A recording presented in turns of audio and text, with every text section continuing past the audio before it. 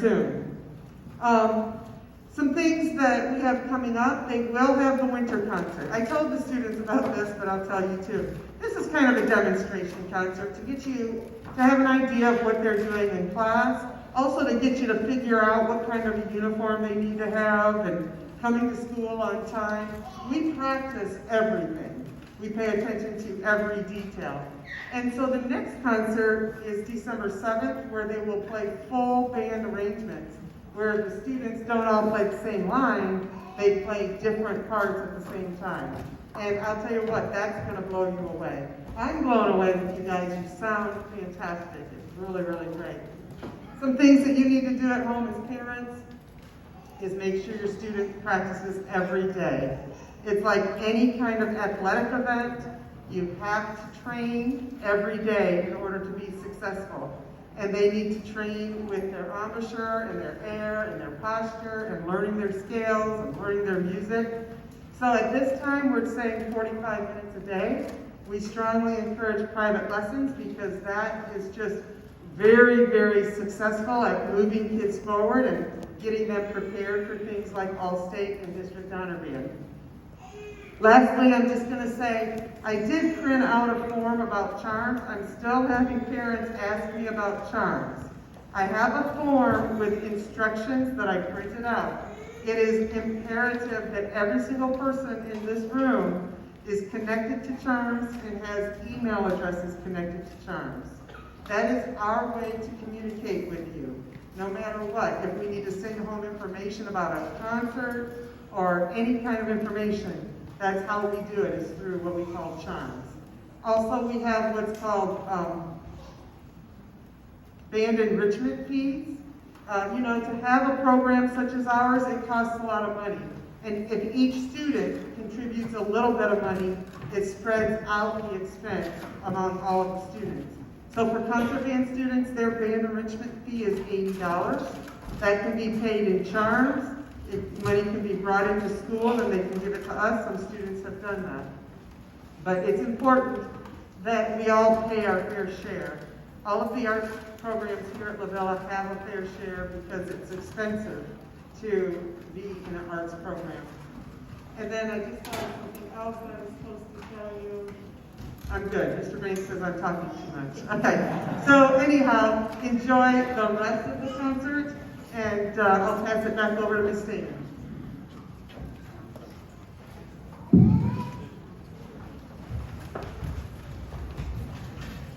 All right, back to the music. So the next song that the students will be playing is a little bit more complex. As they're moving through the book, they're starting to get more rhythm work. More pitches are coming at a faster pace, so it involves their reading and the music literacy skills. They have to be able to read just a note or two ahead in order to make sure they have the right fingerings down. They make those changes in embouchure or air support as needed. So this next piece is getting just a little bit more complex as they go. This is another example of how great our kids are up here. There are more breath marks written into this piece that we've taken out. So with the pencils that we should always have every rehearsal, our students started marking out those breath marks, saying that I have enough air support, I am smart enough to use my air efficiently, that I don't need these extra breath marks the composers are writing for me.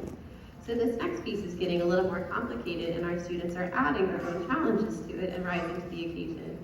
So with that, I present Au Clair de la Lune.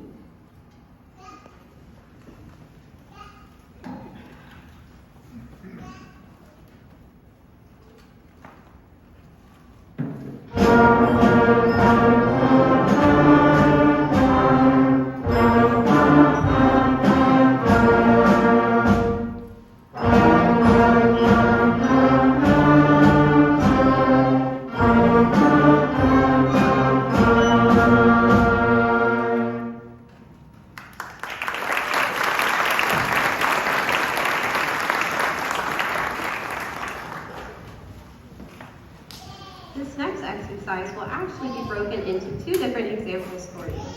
First, our students are going to clap and count it. Our school has a system for clapping and counting that involves the full body of our kids. So they'll be up here clapping as well as speaking numbers out loud. So one, they're thinking about the counts. Those numbers are telling them on which beats they're placing the notes or which beats they would be articulating the pitches. The clapping is to introduce a tactile or kinesthetic aspect. So that way they're getting a full body experience, and it's helping them to internalize that pulse a little bit more, feel it in a different spot. So they can put that pulse in their hands, they can put the beats in their mouth. There are all kinds of things that they're doing up here to really feel that beat and start getting in time. There's been some research done that says the younger you are, the faster your internal tempo. So our young students up here like to go pretty fast sometimes, and as we get older, we slow down just a little bit. So they're going to clap and count for you first, and then they will play better than the rest.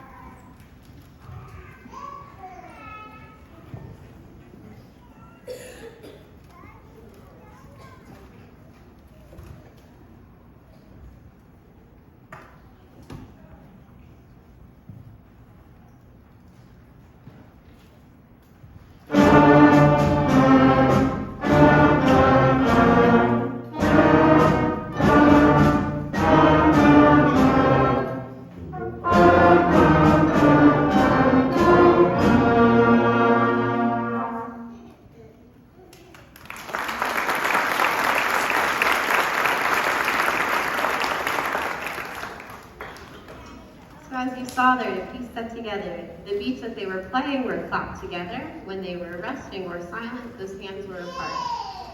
When we clap and count out loud, we verbalize loud and proud the counts or the beats that we would play on, and we whisper the rests that are silent to help them account for everything that's going on here. The next example is one of my favorite kinds of music. This next one will be called a round. A round in music is a time when there is a single melody that gets started in one group. That group will play through a few bars of that melody, and then a second group will start the same melody but a few measures later. So you'll hear one melody happening in 3 different groups at 3 different times. This kind of music takes a lot of independence from our students, meaning that they are aware of their own rhythms and pitches. They're able to be responsible for their own parts while still listening to those around them, but holding down their own pieces.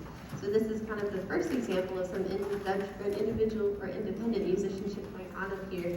And we have a smaller group that's going to demonstrate that for you. So this next piece called Donkey Round will start with group 1, the clarinets. A few measures in. Group 2 will be the trombones and bassoons. And followed after them will be the saxophones. So listen for each of those groups to make their own entrance. And try to pick up that same melody. They'll be playing the same melody just at different times.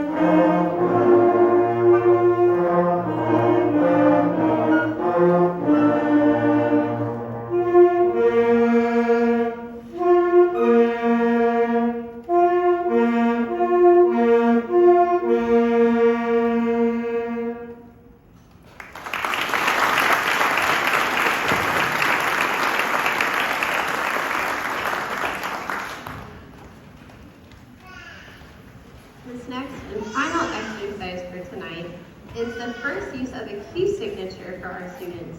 So a key signature goes at the very beginning of the music that they see. They'll see the clef, which tells them kind of higher or lower pitches, depending on their instrument. Then they'll see a key signature. There are these little symbols that tell them basically the directions for the piece. what notes to play, to make sure they're putting down the right fingerings, that they're using the right air support as well. Depending on the key signature, students will see different notes more commonly in a piece. So in one key signature, they might have a lot of flat notes. In another key signature, they might have a lot of sharp notes. So that key signature tells them which notes they should be prepared to use during this piece. It makes it easier to read music as well. So instead of seeing a little symbol next to every single note, there's just one symbol at the beginning that says this is what you should do the entire time. So it's good reference for them to make sure that they are following that direction. This also is using some other musical terms. The beginning of this piece has a word written above it that says Moderato. Moderato is a little bit of a tempo term, but it's also a style term. It's giving the students some ideas about how to play the music. How fast are you playing it? What's the style of it? Is it aggressive? Is it calm? Is it slow? Is it quick? So these Italian terms can tell them a lot of information and leave a little bit up to interpretation for musicians as they mature. So since this is our final piece, I want to thank you for coming tonight. Dr. Bai will give just a few more messages afterwards, but this will be our last piece, Mary Ann. And just keep in mind, your students are doing great things up here. They've progressed so much in the last 2 months since they got their instruments. This is so much progress for a beginning group, and that's because at Loyola we get to separate them by instrument type. So I work with the brass, Mr. Banks is working with percussion, and Dr. Vai is working with the woodwinds, and that enables us to give them more individual attention and more specific technique instruction on their instruments to help them progress at this faster pace.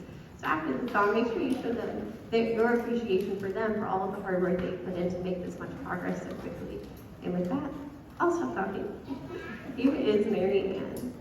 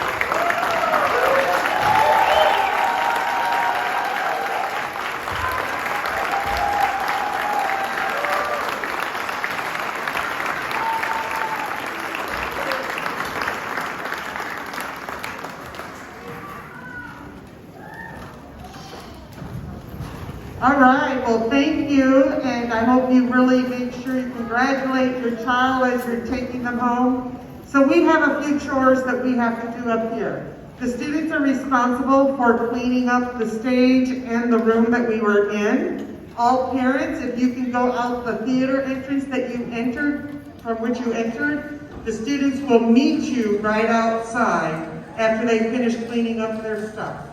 So thank you again for being here tonight. It's great to see